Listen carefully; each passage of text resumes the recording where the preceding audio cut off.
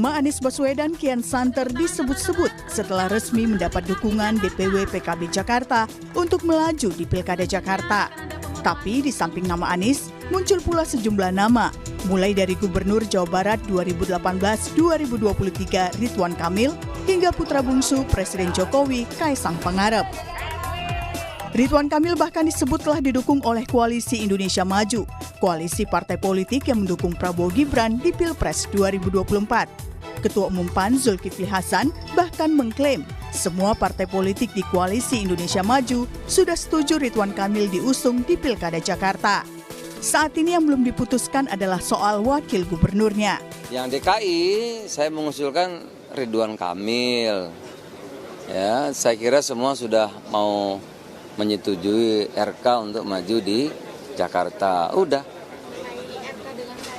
Wakilnya belum diputuskan ya. Tapi Pak RK sama Pak Anies ya namanya wacana demokrasi apa aja boleh kok ya, dicabut-cabut wakil itu boleh. Sinyal majunya Ridwan Kamil di Pilgub Jakarta pun menimbulkan isu penjagalan Anies untuk maju di Pilkada. Nama Jokowi pun disebut-sebut, tak lain karena nama Ridwan Kamil muncul setelah Jokowi bertemu Ketua Umum Partai Politik pendukungnya di Istana akhir Mei lalu, di mana salah satu pembahasannya adalah soal Pilkada.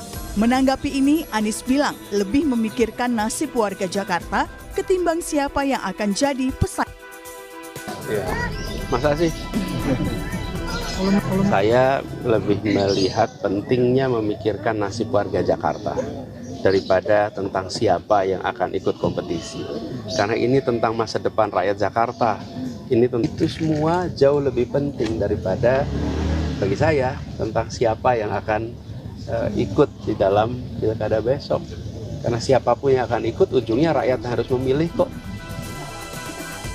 Tak hanya itu, Partai Keadilan Sejahtera yang selama ini dikenal sebagai partai pendukung Anies di Pilgub dan Pilpres, bahkan ditawari untuk berkoalisi di Pilgub Jakarta. Iming-imingnya adalah posisi calon wakil gubernur. Kalau misalnya dari Koalisi Indonesia Maju, apakah ada tawaran Pak ke PKS gitu, atau PKS menjadi cawagup DKI? Ada, makanya itu sedang kita coba analisis, kita kaji mana kira-kira nanti yang paling maslahat kira-kira begitu ya. Pak, berarti PKS itu terbuka dong Bang untuk bergabung ke... Ya, belum, itu kita juga belum tahu, tawaran juga kan belum.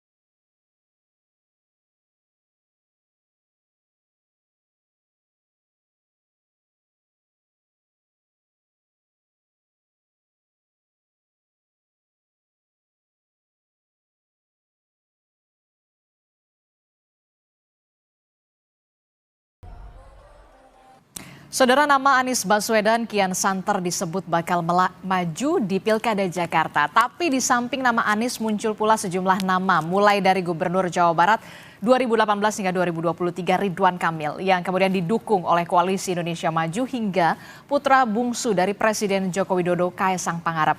Sementara di sisi lain ada pula survei Litbang Kompas yang menyebut tingkat kepuasan masyarakat atas kinerja Jokowi Ma'ruf ini tinggi, yang menurut Gerindra akan berimbas pada efek Jokowi di Pilkada. Lalu akankah calon yang akan didukung Jokowi ini bakal menjadi pesaing ketat Anies di Pilgub Jakarta? Kita akan membahasnya soal ini bersama dengan sejumlah narasumber. Sudah hadir ke studio, sudah ada juru bicara pemenangan Pilkada PDI Perjuangan, ada Mas Ciko Hakim. Selamat pagi, Assalamualaikum Mas Ciko. Waalaikumsalam, pagi. Ya, kemudian juga melalui sambungan Zoom ada Wakil Ketua Umum Partai Gerindra, ada Mas Habibur Rahman. Selamat pagi, Assalamualaikum Mas Habib. Mas Habib. Selamat pagi, Assalamualaikum. Sepertinya belum terdengar audionya, nanti kita akan sambungkan kembali. Kemudian ada juru bicara dari Partai Keadilan Sejahtera. Ya, selamat pagi Mas Habib. Assalamualaikum. Nyambung ya? Nah, ini baru nih. Selamat pagi. Waalaikumsalam warahmatullahi wabarakatuh. Yo, teman-teman semua sehat ya. Sehat. Kemudian ada juru bicara dari Partai Keadilan Sejahtera, ada Kang Pipin Sopyan. Selamat pagi. Assalamualaikum Kang Pipin. Selamat pagi. Sehat semua. Ya, kemudian terakhir ada pengamat politik dari Universitas Paramadina, ada Ahmad Hoirul Umam. Mas Umam, selamat pagi. Assalamualaikum. Waalaikumsalam, selamat pagi Mbak Disti. Ya, kita masih membahas soal Pilkada Jakarta ini, walaupun memang masih bulan November, tapi rasa-rasanya kok panasnya sampai sekarang tuh masih sudah terasa. Nah, saya ingin ke Kang Pipin dulu. Kang Pipin, ini jadi PKS bakal ambil nggak sih tawaran untuk berkoalisi dengan Koalisi Indonesia Maju untuk mengambil posisi calon wakil gubernur Jakarta, atau kemudian ada pertimbangan lain? Ya, pertama tentu kami menghormati ya ketika ada tawaran atau wacana ya yang disampaikan bahwa PKS misalnya ditawarkan menjadi calon wakil gubernur ya oleh siapapun. Kami menghormati itu ya, kami apresiasi dan tentu kami akan pertimbangkan maslahat dan madaratnya untuk ke depan, peluang menang ke depan ya, apakah peluang menangnya besar atau tidak, kemudian bagaimana terkait dengan elektabilitasnya, kapasitas dan sebagainya. Tentu semua itu akan kami pertimbangkan. Jadi sekali lagi tawaran ini alhamdulillah karena kami sebagai pemenang pemilu di DKI Jakarta ya, kami tentu tawaran itu tidak hanya satu. Jadi banyak tawaran yang disampaikan kepada kami. Dan tentu kami juga punya syarat-syarat atau kriteria yang kami ingin ke depan PKS karena sebagai pemenang. Ya harapannya kalau nggak gubernur ya wakil gubernur DKI itu dari kader PKS. Saya kira nanti dari situ kita akan lihat siapa mitra koalisi yang siap untuk mendukung salah satu kriteria yang diajukan oleh Partai Keadilan Sejahtera. Oke, berarti itu artinya sekarang tuh PKS tidak terlalu ngoyo untuk berbicara soal posisi cagup, tapi posisi nomor 2, cawagupnya paling tidak, begitu Kang Pipin? Ya, saya kira itu makanya nanti kan yang dilihat itu dalam pilkada itu adalah siapa sosoknya, kan? Siapa tokoh. Jadi yang paling penting itu ada dua hal ya kalau dalam pilkada itu. Satu ada tokohnya, yang kedua adalah mesin partai. Ada yang ketiga sebenarnya kesiapan logistiknya.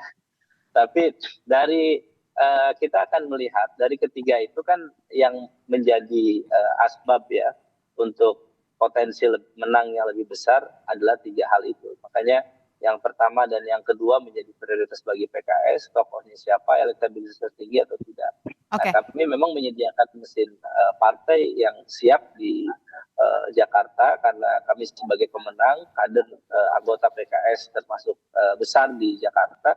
Tentu kesempatan ini akan kami gunakan sebaik-baiknya untuk memenangkan kembali Pilkada Jakarta yang 2017 sempat kami dengan Gerindra berkoalisi untuk memenangkan Anies Sandi.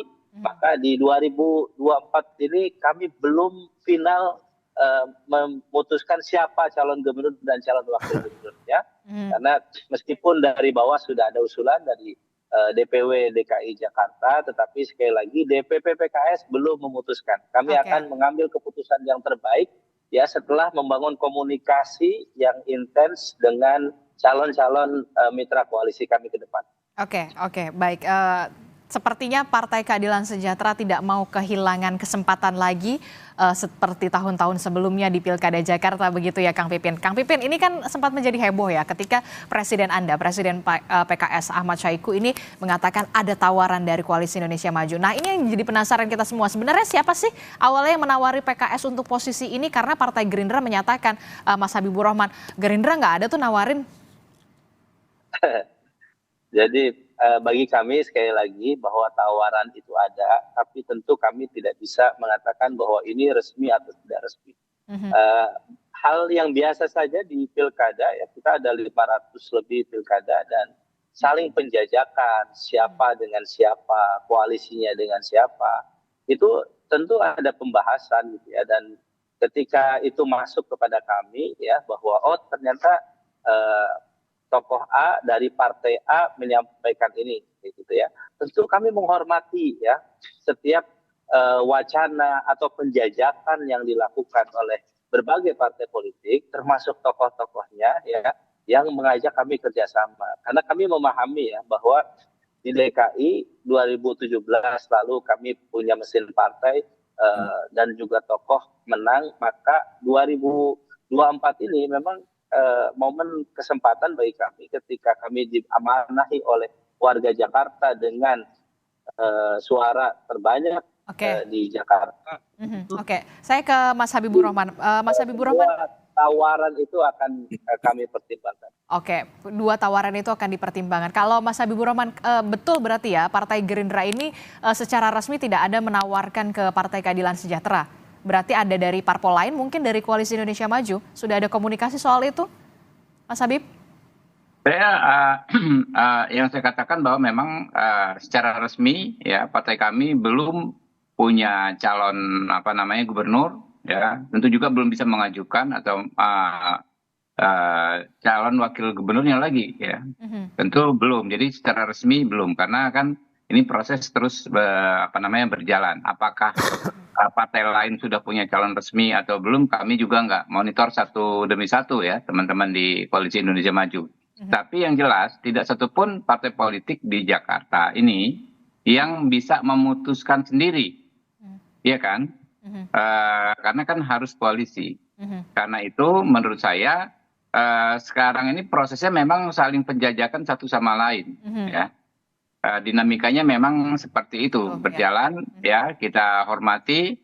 Tapi kalau garis Partai Gerindra adalah kami ya partai politik yang tidak punya musuh, ya tidak ada kami anti terhadap partai politik manapun. Oke. Ya jadi di situ. Yang kedua ya tentu sebagai partai politik ya secara naluriah kami ingin kader kami maju, ya. Oke. Prioritas kedua, kalau kader kami tidak bisa maju, mungkin kader partai yang kemarin berkoalisi mendukung ketua umum kami jadi presiden ya, Koalisi Indonesia Maju. Yang ketiga, kalau toh memang nggak bisa, misalnya kader kami tidak bisa, kader partai politik rekan Koalisi Indonesia Maju tidak bisa, kami juga nggak ada masalah, misalnya mendukung kader-kader partai lain ya. Dan hasil pemilu ya di DKI ataupun di seluruh daerah yang lain, tentu kami mengikuti proses demokrasi ya. Kita tidak ada yang patok misalnya daerah ini harus menang dan lain sebagainya. Dengan segala hormat sebenarnya di antara partai-partai saat ini yang cukup mewah itu kami kan, karena kami sudah punya presiden gitu loh. Jadi santai saja kami mengikuti dalam tanda kutip alur permainan ini ya. Yang penting terbaik untuk rakyat ya, yang terbaik, paslon yang terbaik untuk rakyat bisa kita dapatkan ya, lalu berkontestasi dengan baik. Pemilu Pilgub Jakarta dilaksanakan dengan baik. Oke, secara naluriah sih Gerindra maunya kader internalnya dari Partai semua Gerindra. Partai politik pasti begitu. Semua partai politik, karena memang harus ada kader potensial yang dimajukan. Tapi secara realistis, Anda sempat menyebut Ridwan Kamil ini secara realistis punya peluang menang di Pilkada Jakarta. Nah, kalau Golkar sendiri kan kalau ada kabar maunya RK ini dimajukan ke Jawa Barat bukan ke Jakarta. Respon Anda seperti apa? Ada tarik ulur ini juga antara Golkar dan Partai Gerindra. Benarkah demikian? Yang membahasakan tarik ulur kan bukan kami ya. Kami sih santai-santai saja. Baik Gerindra maupun Golkar. Tiap hari kita rapat, tiap hari kita ketemu ya, antar elit juga nggak ada masalah. Ini kan dalam konteks penjajakan mencari yang terbaik. Perlu digarisbawahi, Pak Ridwan Kamil ya kalau mau maju dimanapun kan tentu kita memerlukan kesediaan yang bersangkutan, ya kan, nggak bisa dipaksa. Kader kami sendiri pun kalau nggak mau maju misalnya, ya nggak bisa kita paksa. Yang kedua, beliau kan waketum Partai Golkar, tentu fatsunnya ya mau maju dimanapun tentu harus disetujui oleh Partai Golkar, dan kami taat azas saja gitu loh. Bahwasanya kita ingin misalnya Jakarta menang, Jawa Barat menang, ya semua pengen begitu kan. Nah, tapi kan ada hal ihwal yang memang nggak bisa kami putuskan, ya. Kita ikuti saja dan kita sangat menghormati, ya, domain masing-masing entitas tersebut, baik Ridwan Kamil sebagai pribadi, Golkar sebagai partai politik, ya monggo diperhitungkan, ya, mana yang nyaman buat Pak Ridwan Kamil, mana yang nyaman buat Partai Golkar, gitu. Oke, tapi itu artinya Partai Gerindra juga balik lagi ujung-ujungnya menyerahkan sepenuhnya ini kepada Ridwan Kamil begitu ya. Karena tapi kalau begini, ada yang mengatakan RK ini kan playgroundnya memang di Jabar. Kalau misalkan di Jakarta agak sulit nih nampaknya. Ya sulit nggak sulit kan nanti bagaimana kita membaca peta, ya. Ya silakan gitu loh. Makanya saya bilang kan idealnya kan kalau politik ya, target politik. Jawa Barat kita bisa menang, Jakarta juga bisa menang, kedua-duanya, gitu kan. Tapi kan target-target politik itu belum tentu semuanya bisa dilaksanakan. Oke. Nah ini yang bahasa kami, para politisi, sebetulnya di antara kami ini santai-santai saja. Tapi kan teman-teman ini olah-olah terus, ketegangan, tarik-menarik, jegal-menjegal. Jadi dengan bahasa-bahasa yang menurut saya kurang edukatif. Tapi nggak apa-apa, itu hak juga teman-teman kan. Nanti rakyat yang menilai lah. Oke, ini kalau kita lihat ya nama Anies Baswedan, Ridwan Kamil ini sebenarnya sudah mencuat dari bulan Mei, Juni begitu ya. Nah kalau PDI Perjuangan ini tampaknya begitu berhati-hati begitu ya untuk memajukan tokoh baik itu kader internal atau di luar. Apa pertimbangannya sebenarnya? Pertimbangannya tentu terkait dengan pemetaan di PDI Perjuangan. Kalau kita memetakan pilkada itu nomor satu kita bukan memetakan sosoknya dulu, kita selalu memetakan permasalahannya, seperti apa daerahnya, seperti apa tantangan-tantangan ke depannya. Kalau kita bicara Jakarta yang sekarang masih DKI yang akan menjadi DKJ misalnya, akan ada aglomerasi, akan ada hubungan dengan penopang kota kita seperti Jabodetabek Jur ya. Ada juga hal-hal yang terkait dengan penganggaran yang berbeda, prioritas yang berbeda karena bukan lagi ibu kota. Artinya kita harus benar-benar mencermati siapa yang akan kita pilih, siapa yang akan kita usung sebagai calon gubernur maupun calon wakil gubernur. Nah, yang kedua tentunya kita dari PDI Perjuangan sebagai partai yang eksistensinya memang sudah teruji di Jakarta, yang beberapa kali memenangkan pileg dan kemarin menjadi peringkat kedua di pileg, merasa juga kita pantas untuk mencalonkan calon gubernur atau calon wakil gubernur. Jadi artinya sekarang yang menjadi prioritas kami adalah menjaring dari internal. Nah, menjaring dari internal itu kan harus berbasis kriteria. Kriteria yang kita butuhkan adalah pemimpin seperti yang mampu untuk mengelola kota Jakarta yang seperti saya bilang tadi, begitu kompleks, begitu heterogen dan lain-lain.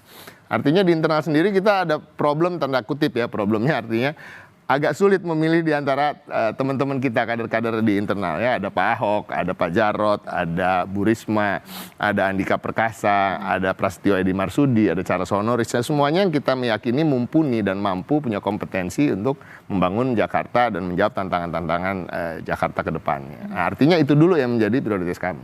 Dan harus diingat kembali lagi fokusnya adalah PDI Perjuangan berniat untuk mengusung calon dari internal, ya, baik itu sebagai calon gubernur ataupun calon wakil gubernur. Nah, baru step berikutnya adalah tentunya kita harus ada kerjasama politik dengan partai lain, karena kita memang tidak bisa mencalonkan sendiri. Kalaupun kita bisa mencalonkan sendiri, memang selalu akan lebih baik untuk membangun suatu kota atau daerah bersama-sama dengan partai politik lain dan elemen masyarakat yang lain. Artinya kita terbuka dan membuka jalur komunikasi dengan semua partai politik. Seperti apa yang dikatakan Bung Habibur Rahman, sebenarnya sama aja. PDI Perjuangan juga tidak menarik garis atau mau bermusuhan atau memprioritaskan kerjasama dengan partai politik yang mana dan lain-lain. Itu sama aja. Jadi prinsipnya kita masih terbuka. Maka dari itu, karena ada kriteria-kriteria yang tersebut tadi, ada nama-nama yang dari luar PDI Perjuangan juga muncul, seperti Mas Anies Baswedan. Karena memang ya kalau kita mau objektif, walaupun kita pernah berkompetisi melawan Anies Baswedan, tapi kan jujur aja memang dia pernah menjadi gubernur. Artinya punya rekam jejak, punya pengalaman, ya kan. Tingkat kepuasan publiknya lumayan, elektabilitasnya sekarang lumayan. Tapi kan hari-hari ini sinyalnya PDIP memuji Anies terus ya. Sebenarnya nggak muji, ini kita secara objektif aja kita nilai. Karena kan yang menilai kan rakyat juga gitu ya. Nah, tapi kan kalau kita mau jujur, walaupun yang sering disebut hanya 2 nama ya, Anies RK. Tapi kalau kita mau jujur, kedua nama ini kan sebenarnya elektabilitasnya tingkatannya bukan tingkatan elektabilitas yang menjamin akan pasti menang. Karena memang masih 30-an%. Tidak ada yang mencapai di atas 35% kalau nggak salah.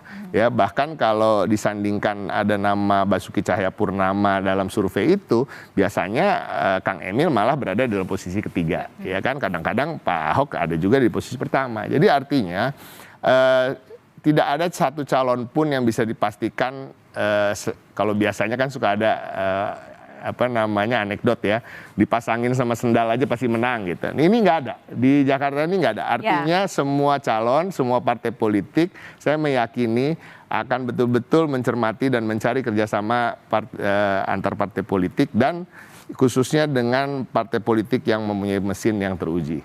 Yang mesinnya itu sudah teruji di Jakarta, ya kita bisa bilang PDI Perjuangan dan mungkin Partai Keadilan Sejahtera. Oke, nah ini kalau berbicara soal PDI Perjuangan dan Partai Keadilan Sejahtera, sejauh ini memang sudah ada komunikasi atau memang masih deadlock soal cawagupnya begitu? PKS mau jadi cawagup, PDIP juga mau jadi cawagup. Komunikasi semua kita jalankan, tentunya senior-senior saya di PDI Perjuangan, baik itu yang di parlemen maupun di DPP, tentunya sudah membuka jalur komunikasi, baik itu formal maupun informal, termasuk dengan Partai Keadilan Sejahtera pastinya. Dan kita tetap pada pendirian kita tadi ya, bahwa memang kita ingin mengajukan calon. Nah, itu dulu yang menjadi fokus kami, karena kami masih menjaring dari internal ini. Jadi belum ada titik temu ya PDIP sama PKS? Dengan yang lain pun sebenarnya bukan titik temu ya, belum ada yang mengerucut lah gitu. Pembicaraannya masih di tataran informal. Oke, Mas Umam, ini gimana kalau membaca peta politik di Jakarta ini? Kan kalau kita lihat ya, Jakarta ini masyarakatnya heterogen begitu, bahkan masyarakatnya cenderung kritis, realistis begitu. Bagaimana Anda membacanya, Mas Umam? Ya, Mbak Adisti, DKI Jakarta memang sangat unik ya, dan seolah kemudian di saat yang sama ada situasi yang memang tidak mudah diprediksi. Kalau misal kita tadi cermati beberapa positioning dari partai-partai per hari ini juga belum clear. Kalaupun kemudian ada upaya dari terutama dari Koalisi Indonesia Maju untuk mengajukan Pak Ridwan Kamil misalnya, tentu itu memiliki sebuah potensi yang cukup memadai. Karena bagaimanapun juga kebersamaan dari Koalisi Indonesia Maju, terutama dari Presiden terpilih Pak Prabowo nantinya, tentu berkepentingan besar untuk menjaga, mengkontrol, dan juga membangun basis koordinasi yang betul-betul memadai dengan pimpinan di DKI Jakarta. Karena kalau misal kemudian DKI Jakarta dipegang oleh elemen, kekuatan, entitas yang berpotensi menjadi rival, menjadi kompetitor, tentu itu akan menjadi bayang-bayang yang tidak mudah untuk dihadapi. Nah, maka saya berkeyakinan Koalisi Indonesia Maju akan merapatkan barisan untuk meyakinkan kemenangan di DKI Jakarta. Adapun kemudian upaya untuk mencoba untuk bernegosiasi, termasuk juga merayu dari PKS, tentu ini sangat unik dan juga menarik. Karena bagaimanapun juga PKS memang per hari ini memiliki tingkat kepercayaan yang sangat tinggi di DKI Jakarta. Pasca reformasi, sejak berdirinya PKS, akhirnya PKS berhasil menjadi pemenang pileg di level Jakarta.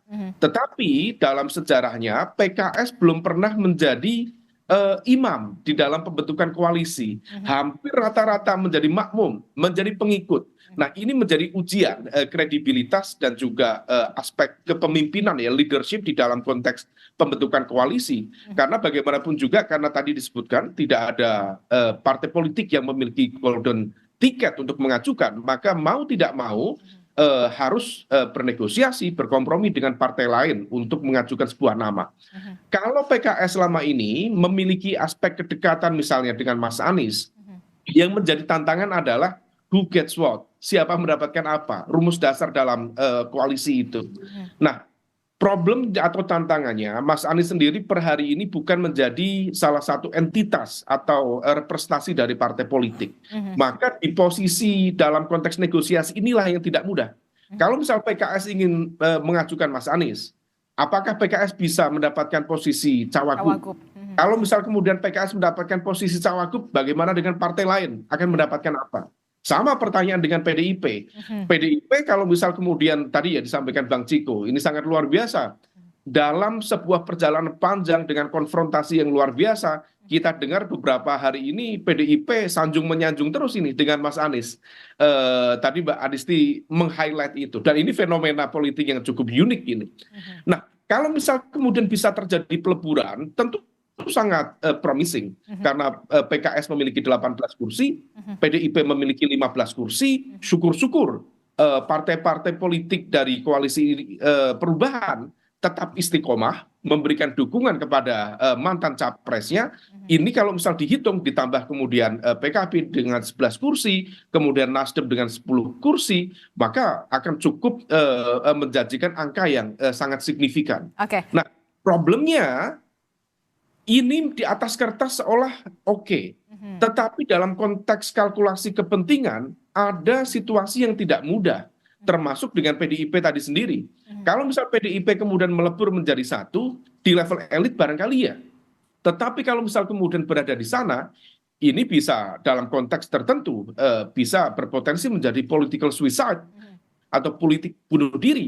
Karena bagaimanapun juga basis pemilih loyal PDIP yang selama ini dibangun pride-nya, dibangun militansinya, seringkali dihadapkan pada situasi yang mencoba untuk menarik garis terkait dengan konteks isu Islamisme, konteks isu politik identitas, dan lain sebagainya. Nah, ini yang kemudian akan terus bergerak, tetapi terlepas dari itu, saya yakin 1 bulan ke depan akan selesai, dan kita cermati perkembangannya, Mbak Adisti. Akankah sesignifikan itu 1 bulan ke depan? Kalau kita melihat kan ya PKS ini bisa dikatakan lagi di atas angin begitu ya, karena memang Partai Keadilan Sejahtera ini merupakan partai yang kemudian punya suara tertinggi di Jakarta. Apakah ini PKS ini benar-benar akan menjadi bandul tersendiri, baik itu nanti untuk ke PDIP ataupun kemudian bahkan ada upaya menggoda dalam tanda kutip dari Koalisi Indonesia Maju? Anda melihatnya bagaimana? Ya, itu sudah menjadi rumus besar ya, karena bagaimanapun juga PKS memiliki kekuatan yang cukup signifikan. Dan di saat yang sama harus juga diakui bahwa kemenangan PKS di Pileg DKI Jakarta kemarin itu salah satunya adalah karena faktor kutel efek dari Mas Anies Baswedan, termasuk juga narasi kritis koalisi perubahan yang digunakan sebagai upaya untuk mengkonsolidasikan basis pemilih loyalnya. Nah, ini yang kemudian menjadi tantangan. Apakah kemudian PKS konsisten, istiqomah untuk memberikan dukungan yang sama kepada entitas, dalam konteks ini Mas Anies, yang kemarin memberikan kutel efek memadai kepada peningkatan jumlah suara PKS di Jakarta, atau tidak? Karena di saat yang sama PKS juga memiliki kepentingan besar untuk melakukan negosiasi ulang, melakukan kompromi kembali dengan kekuasaan yang akan datang, terutama di bawah pemerintahan Prabowo Gibran. Jadi terlepas ini upaya untuk menggembosi atau menggagalkan Mas Anies maju ke Pilgub, tapi realitasnya PKS sendiri memiliki kepentingan besar untuk itu. Berkali-kali dalam diskusi saya sampaikan, ya intermittent fasting itu sangat sehat, tapi kalau puasa nggak buka-buka terus itu juga bisa membahayakan itu. Nah, PKS tampaknya mencoba untuk merekalkulasi itu, dan DKI Jakarta, karena bagaimanapun juga memang nanti ibu kota akan berpindah ke IKN, tetapi center of gravity secara politik, secara ekonomi dari Indonesia tetap Jakarta. Dan pemerintahan baru Prabowo Gibran akan tetap meletakkan perhatian yang sangat besar terhadap Jakarta.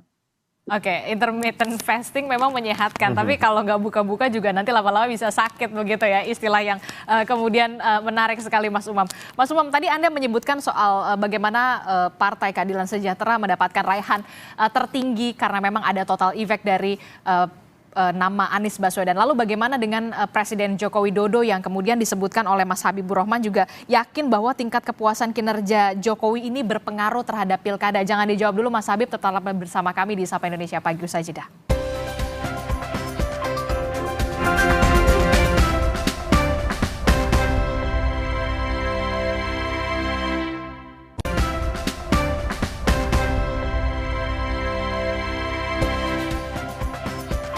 Terima kasih Anda masih bersama kami di Sapa Indonesia Pagi. Saudara, kita masih membahas bagaimana dinamika politik di Pilkada Jakarta yang tampaknya panasnya ini sudah terasa walaupun masih bulan November mendatang ya. Masih membahasnya bersama dengan dari Partai Gerindra ada Mas Habibur Rahman, kemudian ada Kang Pipin dari Partai Keadilan Sejahtera, di studio masih ada Mas Ciko, kemudian ada Mas Umam. Saya ke Mas Habib. Mas Habib, ini Anda mengatakan yakin sekali tingkat kepuasan kinerja Jokowi ini berpengaruh terhadap Pilkada. Benarkah berpengaruh juga ke Pilkada Jakarta, Mas Habib? Ya pasti ya. Orang kan pengaruh itu kan bisa ikut membantu calon yang nanti didukung.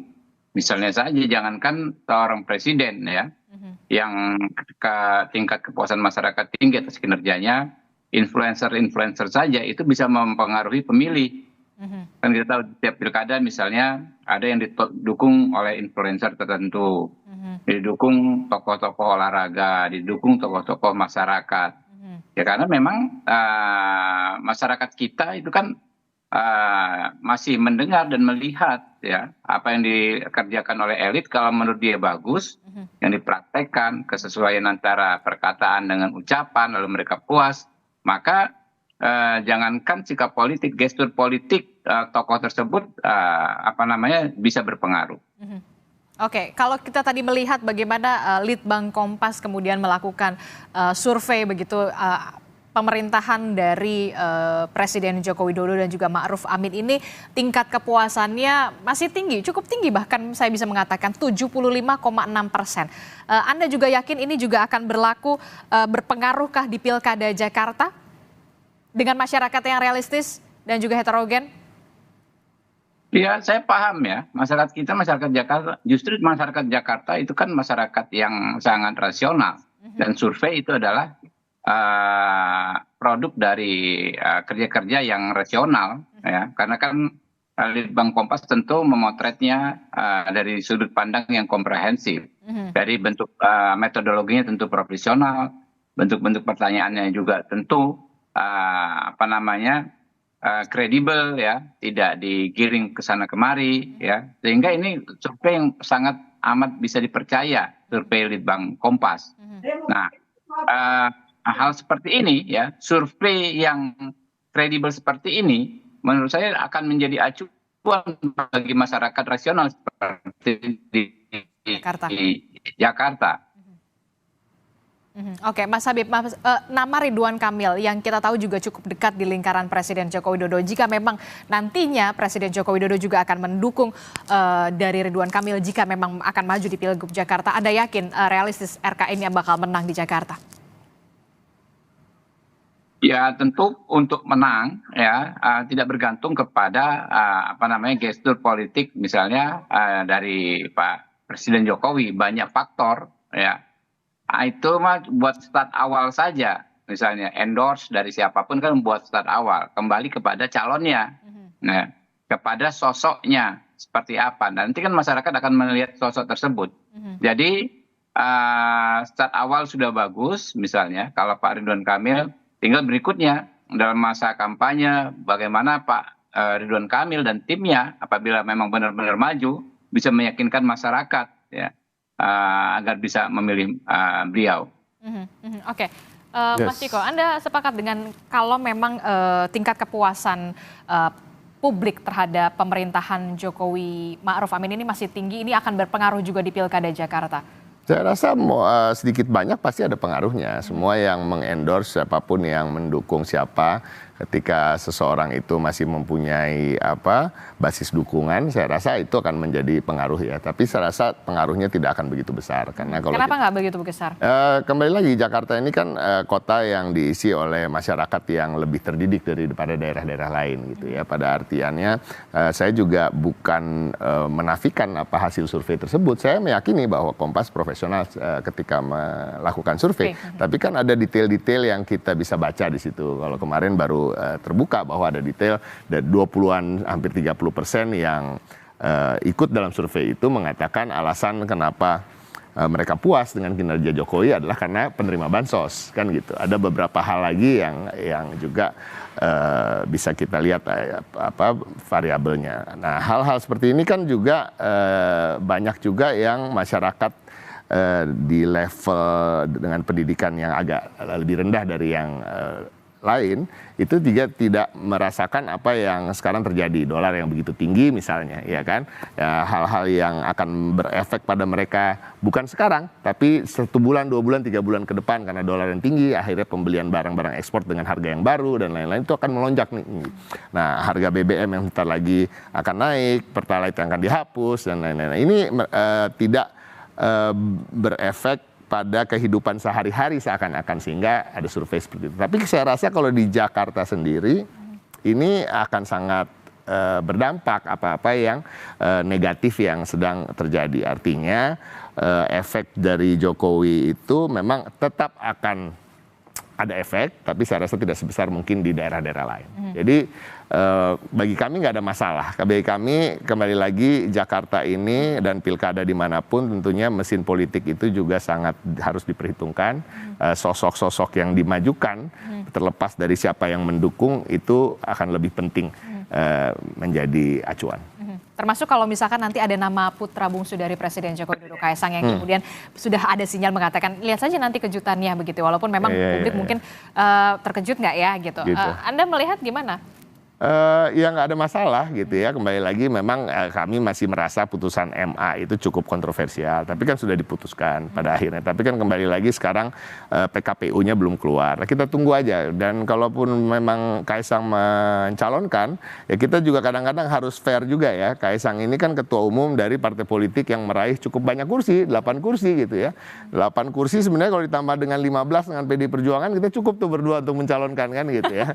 Tapi kan pertanyaannya mungkin nggak itu dong yang jadi pertanyaan. Yang menjadi kurang mungkin kan sebenarnya terlepas dari yang dikira-kira Madisti, kan pasti mikirnya karena alasan-alasan yang X gitu ya. Tapi sebenarnya kan alasannya tadi yang kita sebut kriteria pemimpin di Jakarta. Mungkin Kaisang belum memenuhi persyaratan itu ya, karena belum punya pengalaman yang cukup untuk memimpin. Artinya kita akan lebih mencari. Bukan karena ada ayahnya di belakang. Itu mungkin alasan sekunder lah ya. Oke, baik, saya ke Kang Pipin. Kang Pipin, ini kan kalau tadi Mas Umam mengatakan PKS ini sedikit banyaknya, bahkan banyak begitu ya, ada peningkatan raihan suara di Jakarta, khususnya tidak hanya PKS tapi juga Nasdem, PKB juga, karena ada total effect dari Anies Baswedan. Nah, saya mau tanya, kalau dari Partai Keadilan Sejahtera sendiri memang sudah menyiapkan untuk menjadi makmum lah ya, kalau memang nantinya imamnya tetap nama Anies Baswedan, itu siapa kira-kira yang paling potensial? Ya, banyak nama-nama ya, Pak kader PKS, ya, para senior PKS yang saat ini punya kapasitas untuk memimpin ya. Katakanlah misalnya salah satunya Pak Muhammad Sohibul Iman, ya, mantan Presiden PKS, terus kemudian ada juga yang saat ini sebagai Wakil Ketua Majelis Syuro PKS dan saat ini sebagai anggota Dewan terpilih di 2024 ini. Ada juga nama Pak Mardani, Pak Hoirudin, ya, dan nama-nama lain yang masih kami pertimbangkan untuk nanti apakah menjadi calon gubernur dan calon wakil gubernur. Ya, tanpa harus kami jumawa, ya kami tetap ingin berkomunikasi dengan semua partai ya untuk mencari formula koalisi ya, dan juga sosok tokoh yang kira-kira bisa menyelesaikan persoalan DKI, punya capacity to win dan capacity to govern, kemampuan untuk menangnya cukup besar dan kemampuan untuk menyelesaikan persoalan yang ada di DKI-nya juga cukup besar.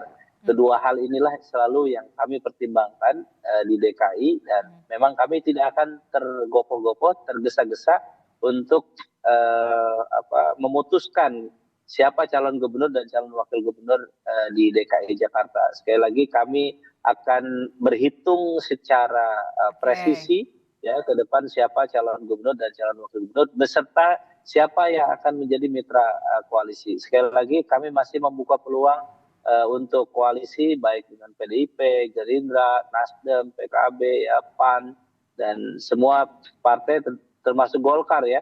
Kami perhitungkan dan kami sangat mengapresiasi ajakan-ajakan untuk komunikasi, dan tentu ini resiprokal, kami saling membutuhkan untuk komunikasi itu sehingga kita punya keyakinan yang utuh siapa calon yang kita akan dukung dan berpotensi menang. Oke, termasuk juga memang tadi Anda menyebutkan kalkulasinya, hitung-hitungan politiknya ini memang benar-benar harus presisi begitu, siapa dapat apa, kalau saya nggak dapat di sini, berapa dapat yang di wilayah lain begitu ya. Kalau PKS sendiri, kalau memang nanti ada pengaruh dari Presiden Joko Widodo yang mendukung salah satu paslon ini di Pilkada Jakarta, taruhlah misalkan putranya, Kaisang Pangarep nanti akan bersanding dengan RK. Adakah peluang kemudian oke deh PKS sama PDIP aja deh gitu koalisi? Ya sekali lagi kami akan melihat dari sisi kriteria ya. Apakah memang sosok-sosok yang ditawarkan itu punya kemungkinan untuk menangnya besar, kemampuan menangnya, elektabilitas, popularitasnya besar. Karena dengan waktu hanya 160 hari ke depan tentu kita akan berhitung ya. Bahwa calon yang kita harus usung memang yang peluang menangnya besar. Dan yang kedua adalah apakah calon yang kita dukung mampu tidak menyelesaikan persoalan yang dihadapi oleh warga Jakarta. Kemacetan sampai saat ini masih terjadi, kemudian persoalan banjir juga masih terjadi, dan persoalan ketimpangan juga terjadi. Kita butuh ke depan memang pemimpin yang fokus ya untuk membangun Jakarta ini, tidak hanya menjadikan Jakarta sebagai batu loncatan. Nah itu juga menjadi pertimbangan bagi kami ya, bahwa ke depan kita berharap bahwa gubernur dan wakil gubernur ini tidak menjadikan Jakarta sebagai batu loncatan. Emang ada yang untuk sebagai batu loncatan saja menurut PKS selama ini? Fenomena dulu ya, Pak Jokowi juga menjadikan ini sebagai batu loncatan ya. Terus kemudian ya yang lain juga. Pak Anies juga kan dulunya gubernur terus jadi capres. Pasti jadi stepping stone lah kalau misalkan Jakarta itu. Ya, kami tentu harus membuat dealing ya dengan siapapun calon gubernur, calon wakil gubernur yang akan diusung oleh Jakarta.